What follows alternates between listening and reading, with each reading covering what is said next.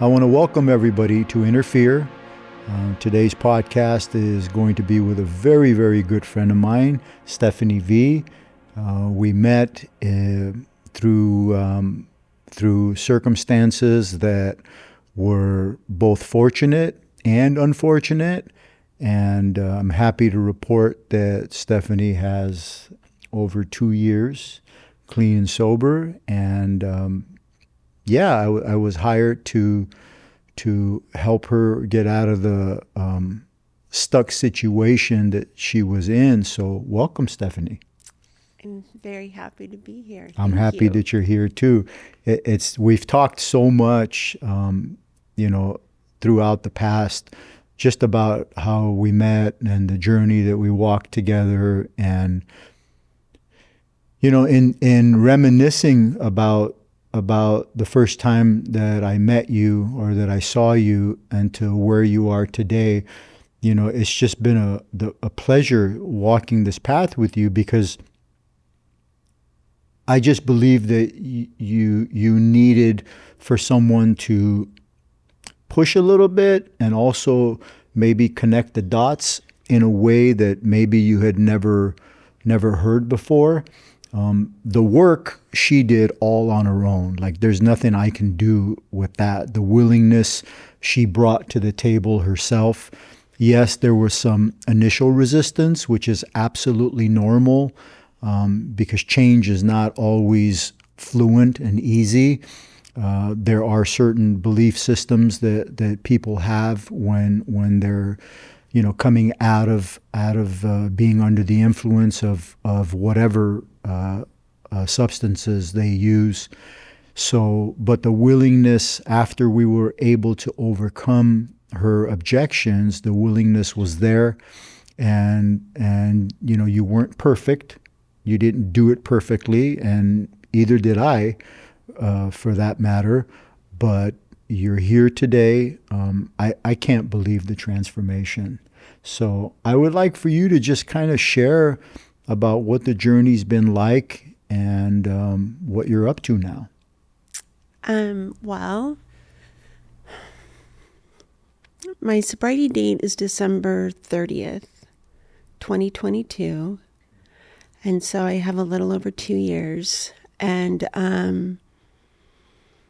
I have had, to say that I've had a transformative experience is an understatement.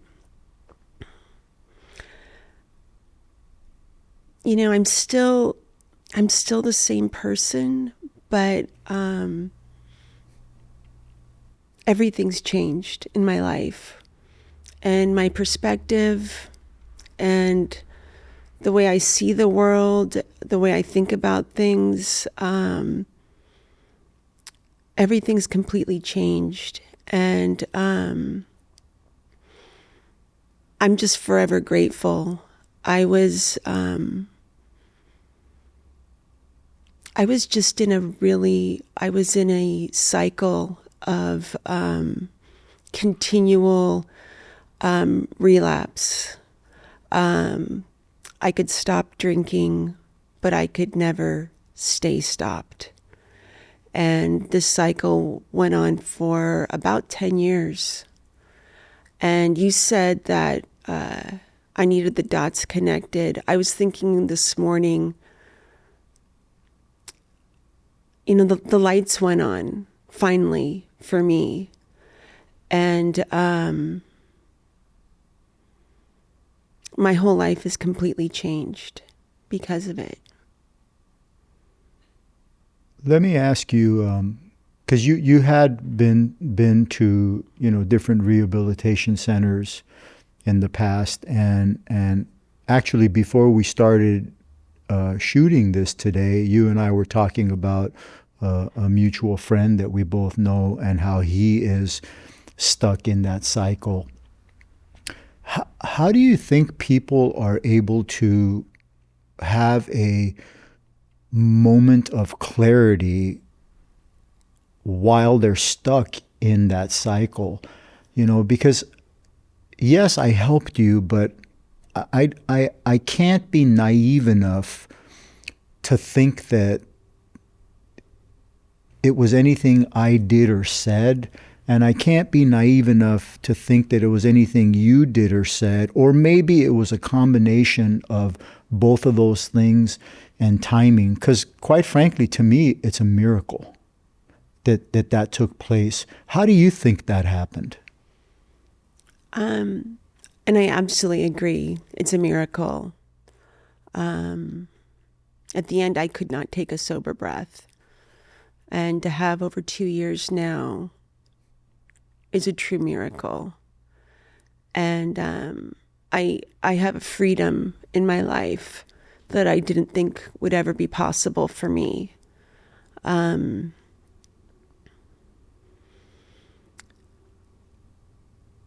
Unfortunately, the way this thing works is usually you have to get to a very low bottom. And you hear the term, the gift of desperation. And I absolutely had that gift of desperation where I was finally willing to stop fighting, stop doing it my way, and surrender to the process of recovery. I don't know if you remember this. I do. We went for a hike. I remember it. I remember it and clearly. This moment was really pivotal for me, where I was really pushing back on you. And I was saying I didn't want to stay here, and I wanted to do this and that, and I wanted to go back there. And I was just really fighting. And I remember you looked at me and you said, "Steph, just surrender to the process. Just surrender to the process of recovery." And I remember that moment, and I let go. And I was willing to take direction from people that knew better than me at that time. And it's funny because I was just determined to go back home where I lived.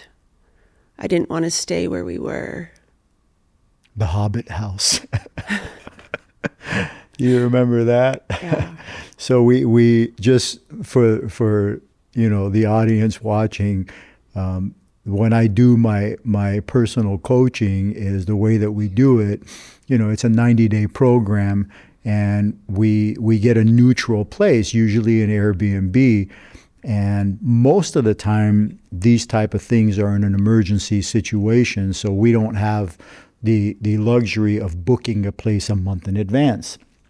So we got this place in Thousand Oaks, California, last minute, and it wasn't cheap, but when you walk in there, your head almost hit the ceiling. So I get a call, and Stephanie's, "I can't stay in this place. Are you kidding me? This is like a gingerbread house." So I said, we talked. I said, "Steph, this is not home. It's not permanent. It's just a stepping stone to where we want to be."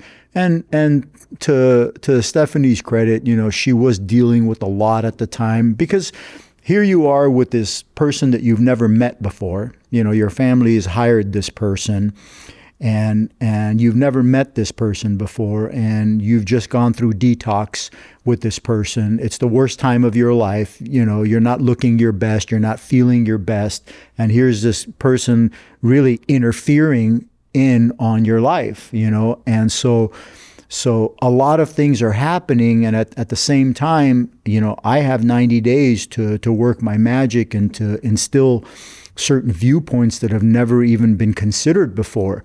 So while she's detoxing and while, moving and, moving from state to state and the selling of cars. And because we do everything, we address all aspects of it. So, Steph gave me resistance, and it was normal resistance. But every time that I took the time to explain to her and to walk her through the process and to get her focused on the big picture of what we're trying to achieve, 99% of the time, she was reasonable about it. And she was able to, just take a breath and say, okay, just for today, I can kind of follow what you're saying. For me, the pivotal point in knowing that you were going to make it was because originally when her family reached out to me, and by the way, she has the most wonderful family that I have ever met. She has beautiful boys, she has 2 beautiful brothers, a wonderful sister, and they were paying for this service. And I remember the day that I told her, I said, by the way, you're going to have to pay your siblings back for this service. This is for you. There's no need for them to come out of pocket. This is your bill. You pay for it. And I remember the look on her face. She was like, are you kidding me? But after that look, she one more time chose to take the higher ground and said, I don't like it, but I understand it. So I really appreciated that because her lower self didn't like it, but her higher self understood that it was the right thing to do. And I think in your time in your sobriety up until this point, there have been many things that you haven't necessarily liked to see or hear, but you have always known that the higher road is the road that people take to have sustained sobriety and clean time. That's another conversation that we had that has really stuck with me.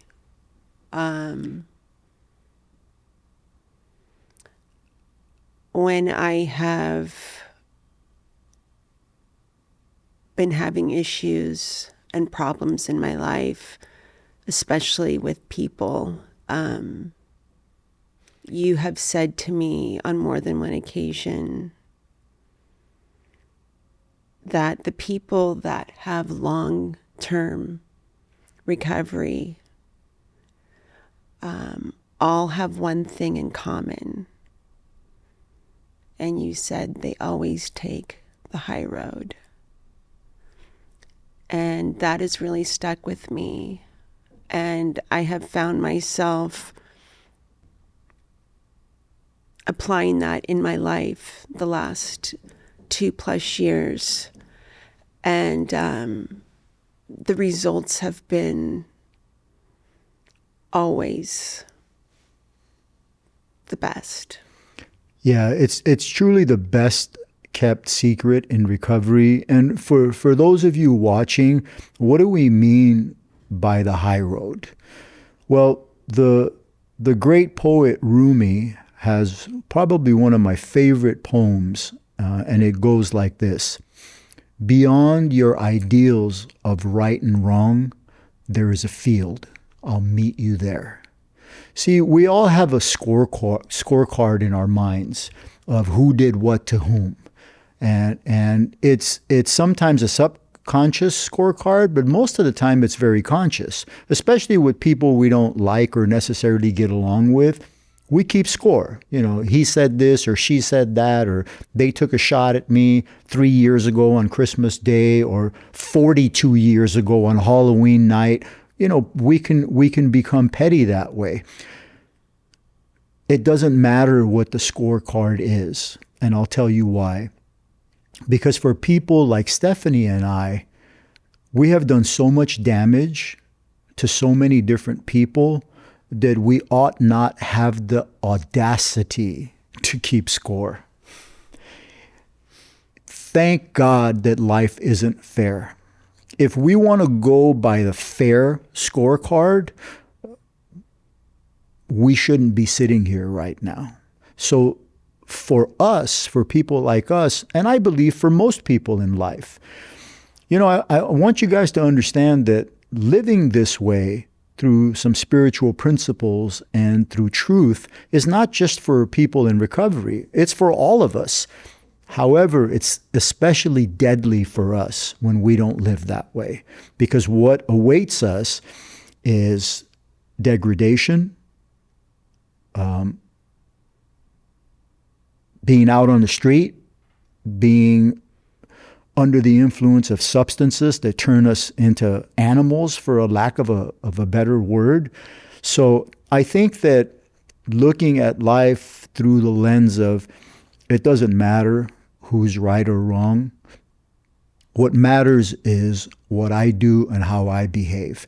I've been wrong plenty of times. I've hurt people plenty of times, and they were able to overlook my actions, and they were able to do what was needed. Now it's my turn to live that way. So I get rid of the scorecard. I'm not here to condemn anybody, because we're all guilty. We're all innocent. We're all everyman. We're human beings, and we're all capable of anything. And some of us have done some things that we're not very proud of. And so, scorecard doesn't work in this new way of life. So I really appreciate you bringing that up. Tell me about your relationship with your family. How's that going?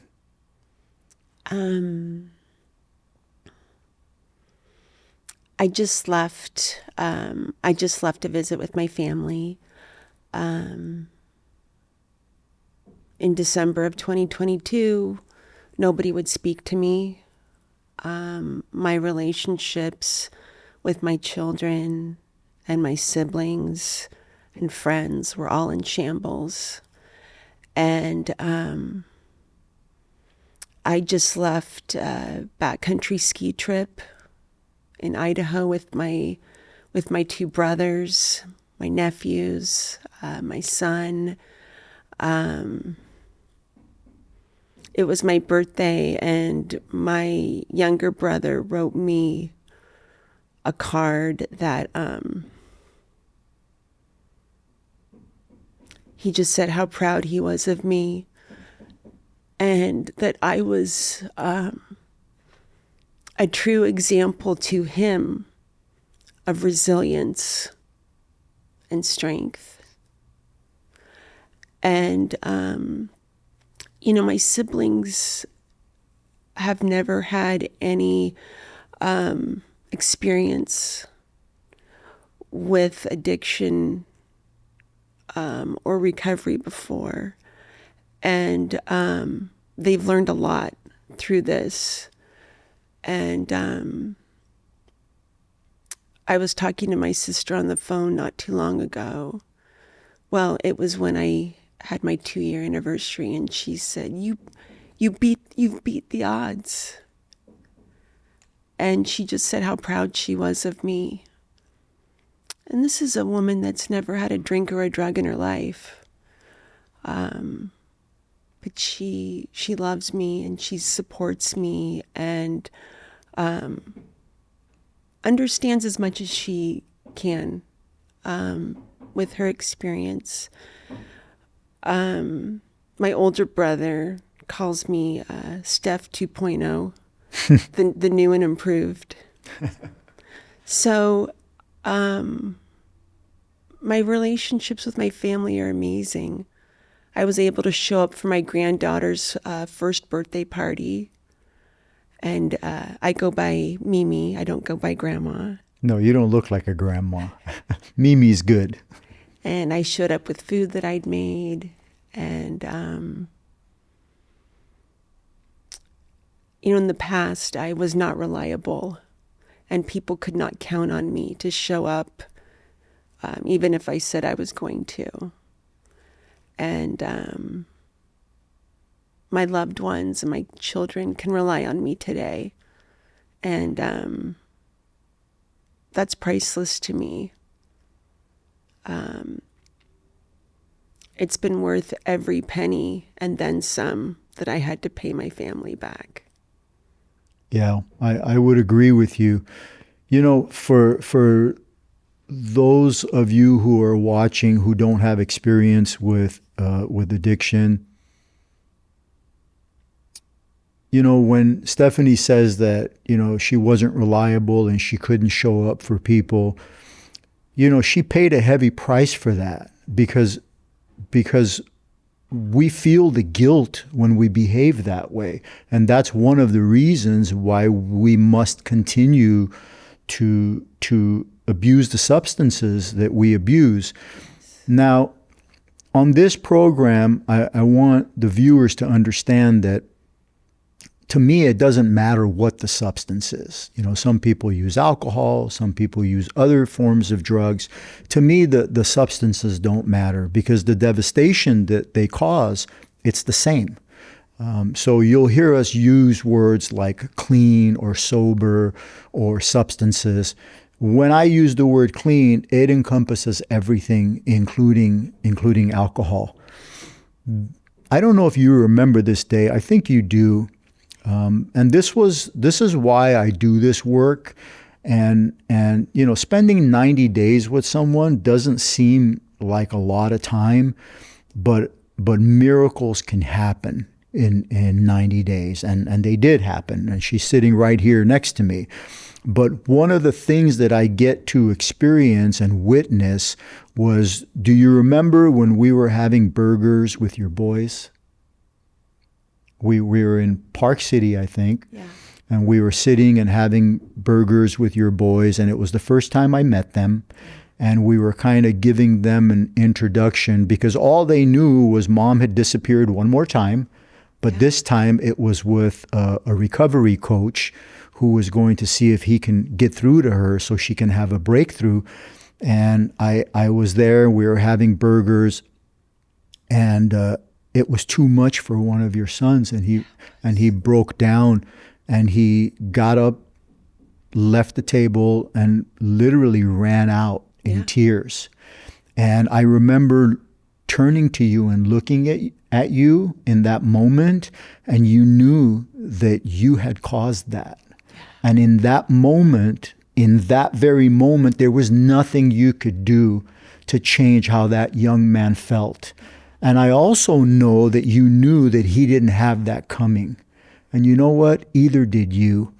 And I think in that moment, I looked at you and I said, Steph, it'll heal, but you just have to stick to this. And I know you wanted it in that moment, but it was something that could not be purchased in that moment, that you would have to wait and earn that back. And man, have you earned it back. Because I seen that same young man later at a lacrosse game. And that look on his face was completely gone. And it was replaced by pride and by joy, because not only did he have his mother's back, but he knew that this time it was going to stick. It was going to stick. See, it's not just about being clean and sober. We can stick you in a rehab for 30 days and you'll come out clean and sober. And that's about as clean and sober as you're ever going to get. The problem isn't the substances. The substances were always a poor solution to the underlying problem. The problem was, even though Stephanie came from a wonderful family, vastly different than the family I came from, and we've talked about this, there was always a feeling of feeling different and not having a voice in your own life to make your own decisions. I got the sense that you had been indirectly told that you had to be a certain way, and that's just the way that you needed to be. And it almost felt to me like you didn't really have a voice in your early life. And that, for someone who is as authentic as you are and as genuine as you are, that's something that's a curse for someone like you. Now, in no way, shape, or form did her family intentionally ever do anything to hurt her in any way, shape, or form. I don't even think they were aware of the way that you were feeling as a child. I don't even think you were 100% aware of how you were feeling as a child. But somewhere in your early childhood, something was planted and it didn't sit right with you. And you began your search to feel better, I believe, in those early days. If you can kind of touch on that a little bit, I would appreciate it. Yeah, there was a path that I needed to follow in my family. And there was really no deviation from that. And at some point, I really felt trapped in that. And looked for ways to escape. Let's make something perfectly clear. There was never any abuse. Oh, no, never. There was nothing but love and kindness from Stephanie's family towards her. So this is not a poo-pooing of her family, because they're spectacular people. Spectacular. This is just something that was going on in Stephanie, with Stephanie, that nobody else was aware of. Is that an accurate description? It is. Okay. It Good. is. I just don't want people to get the wrong impression that your family had anything to do with why you started to drink. You know, that's a choice that you made. That was an avenue that brought you relief at the time. Little did you know that it would eventually turn on you, as it did, and so that's why we're here. Yeah, when I look back at my younger years, I can see behaviors that lend itself to addiction, even though I wasn't using drugs or alcohol at the time. My story's a little bit interesting in that I'll share that I never took a drug or a drink until I was 40 years old. And I remember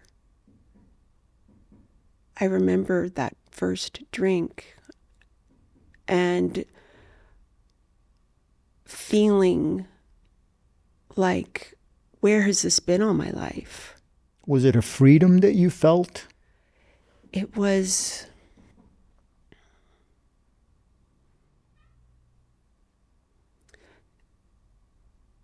a way for me to not have to feel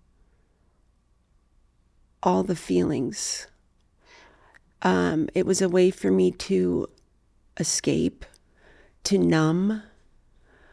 What was it that you think you were trying to escape? Did you know that something was wrong, or did you, prior to that drink, or did having that drink reveal to you in that moment, oh my God, there's a much more comfortable way to be?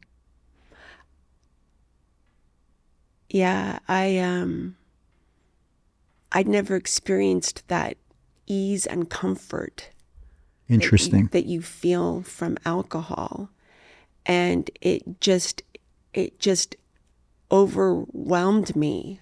And I just wanted that feeling. All the time. My mother had recently died. And I had kind of a perfect storm of life events. I'd had my fourth child, a little boy that was born with Down syndrome. And he's absolutely the best thing that's ever happened to me. But at that time, I thought it was the worst thing that could ever happen. And I thought my life was over. And then my mother passed away.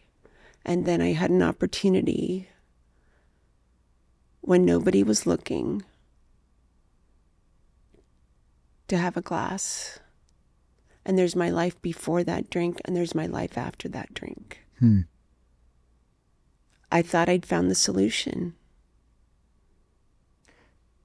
Would it be safe to say that unconsciously you were seeking something to possibly make you feel whole?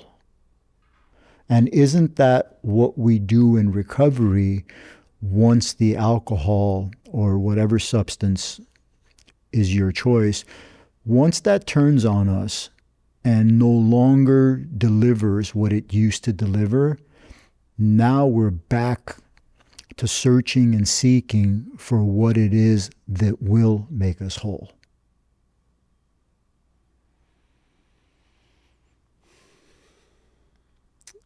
Yeah, it definitely turned on me, and it turned quickly. I had a problem from day one. And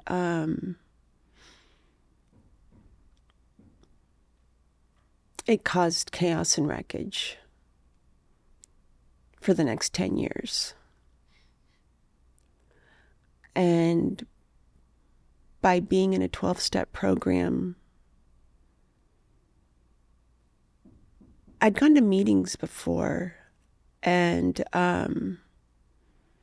but I'd never actually done the 12 steps. I'd never done the program. And by really getting into the work and getting a sponsor and doing all the steps, that's where the magic happened for me. I think that I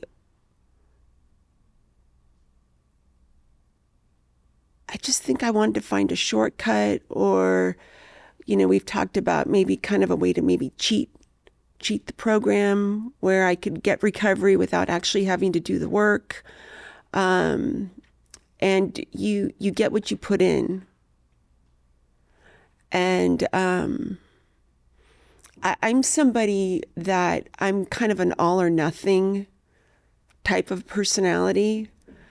And I just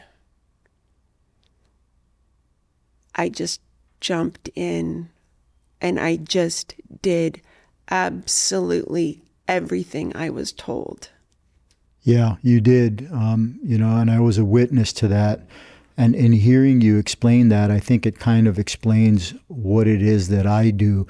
I think what I do when I work with people, the coaching part, I think I get them to believe that no combination of what they've been trying is ever going to work.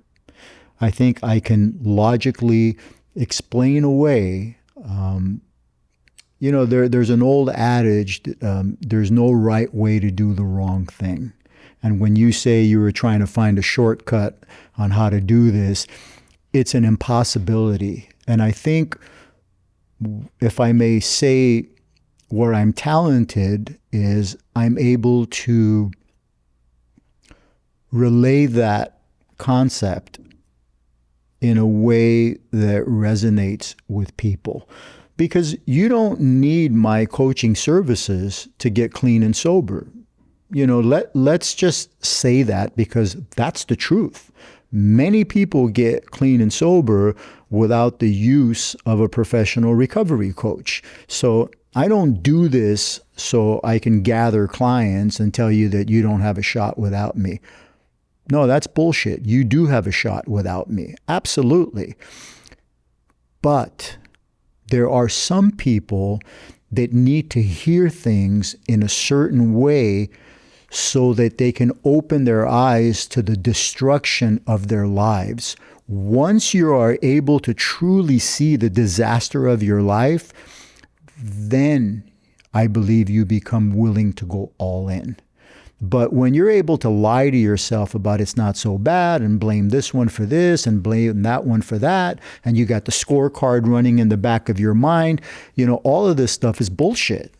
And therapists can't tell you that. How many times have you gone to a therapist and they've looked at you and said, you know what? You're full of shit, lady. Everything you're saying is bullshit. They can't talk to you that way because there's a professionalism that they need to uphold. They do want you to come back so they can continue working with you. And it's not always for money. I'm not putting therapists down. Therapists do a wonderful job at what they do, but only a person in recovery that has gone through the hell can really relate and speak to another person who is going through the same thing in a tone and in a manner that they can understand. Now, I don't think I was ever disrespectful towards you, but I do believe that I did push your boundaries. Steph had some stuff that, and I remember sharing about, I remember calling you a thief one time. And you were appalled. The look on your face was, how dare this guy call me a thief? I've never stolen anything from anyone. And I said, I beg to differ. You stole a mother from her kids, and you stole a wife from her husband. And I remember the look on your face when you heard those words, because for the first time, you were enlightened on the fact that there's more than one way to steal, cheat, and lie. Yeah. See, we only, as people in recovery or people still drinking and using, we have selective thinking. We'll hang on to the things that benefit us, but we won't look at the things that don't benefit us. That type of selective thinking, if you use that to navigate through life, then what you're dealing with is half the truth. And then you expect other people to view you based on your half the truth. And life doesn't work that way. People judge you by what you do, not what your intentions are or were or your half truths. So I believe what I was dealing with was a woman who was stuck in purgatory, in limbo, somewhere between reality and fantasy. And if I was to boast about myself, I think that I just have a clear view of where people might be and where they might be stuck. But please make no mistake about it, she did the work. Without that willingness to hang in there and look at the truth and be committed to it, I'm nothing. There's nothing I can do. So, I can't believe the transformation. You are definitely not the type of woman that's going to be anybody's vice president. You need to be the leader of your life. You need to be able to express yourself. You are not like everyone else. And I think that when we don't live our authentic selves and we don't know how to get on that road of being authentic, I think people like us suffer and we must medicate. It's a form of survival. So I don't know what to say other than thank you for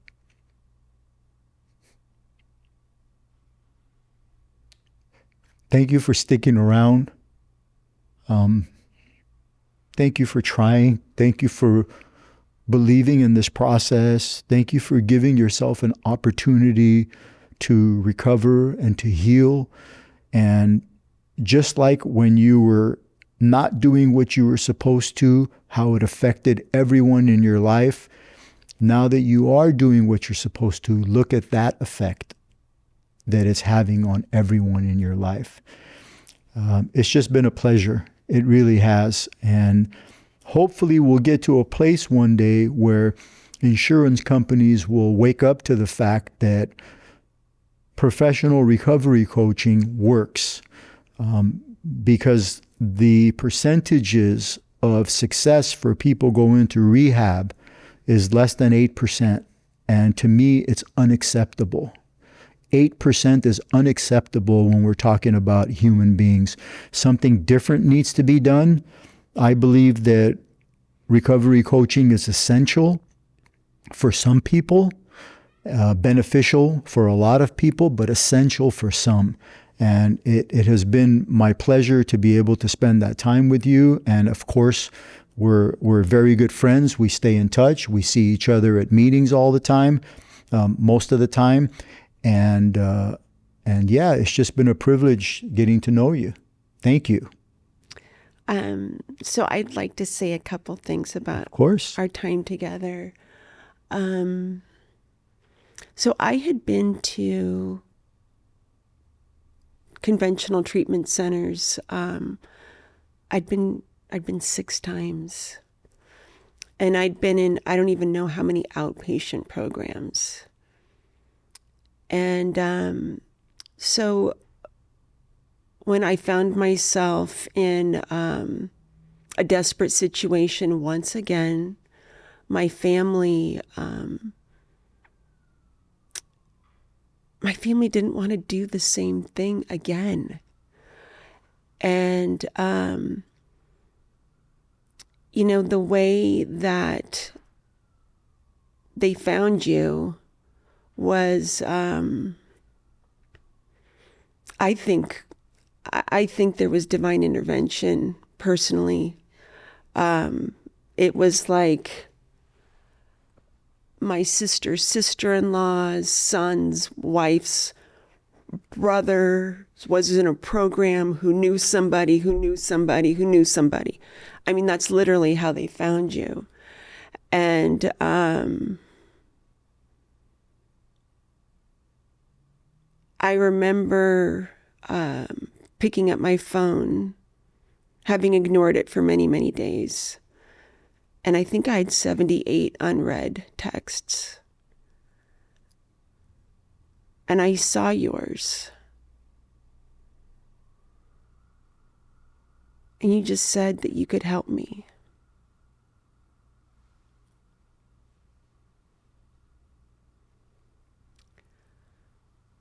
You have a gift where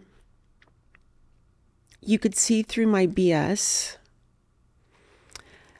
and you could call me out on things, but you could also do it with compassion and kindness. You could break things down so they just really made sense. And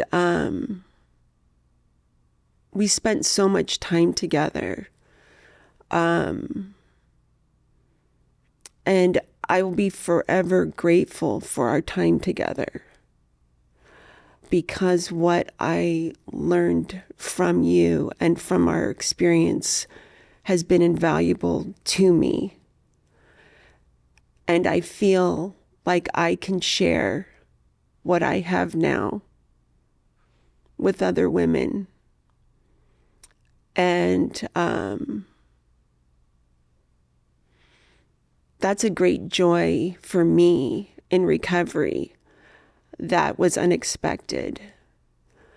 We've talked about this before. I was a taker.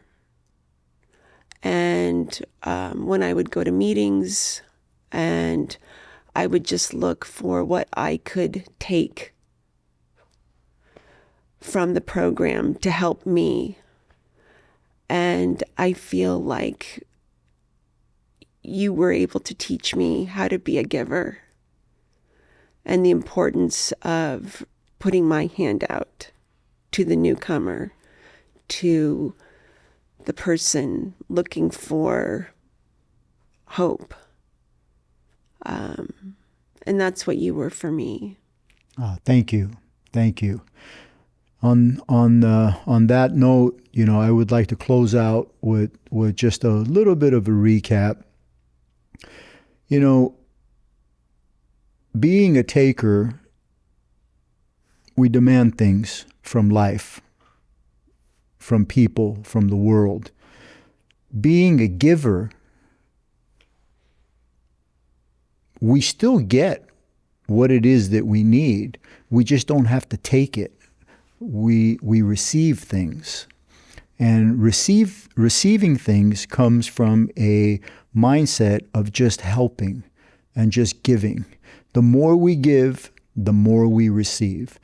And so, it's so appropriate that you would bring that up at the close of this particular sit down, because that's the main difference. We have gone from being takers to being givers. And once you've made a commitment to being a giver, all that you need will be received. You don't even have to worry about it. Whoever or whatever is in charge of this universe, I believe, has set up a system that works and works well if, as human beings, we learn how to give.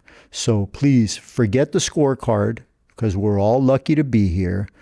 Forget the scorecard, because we're all behind on the score. So let's not use a scorecard. Instead, let's use our hearts. Let's be compassionate towards one another. And if you or someone that possibly needs help with addiction, please don't hesitate to send us an email. I want to thank you, Stephanie, for being here. I love you. I appreciate you. And I want to thank you all for being with us. Pleasure.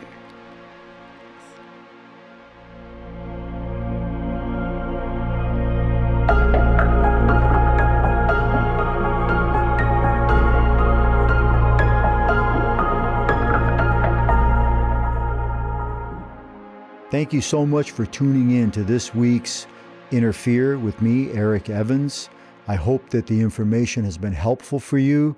I know that it makes me feel wonderful to share it with you, because we have lives at stake here. So please, if you liked it, if you enjoyed the information, and if you want more, please click on the like, subscribe, share it with your friends, share it with your family. I want to keep it coming because we got a lot of work to do.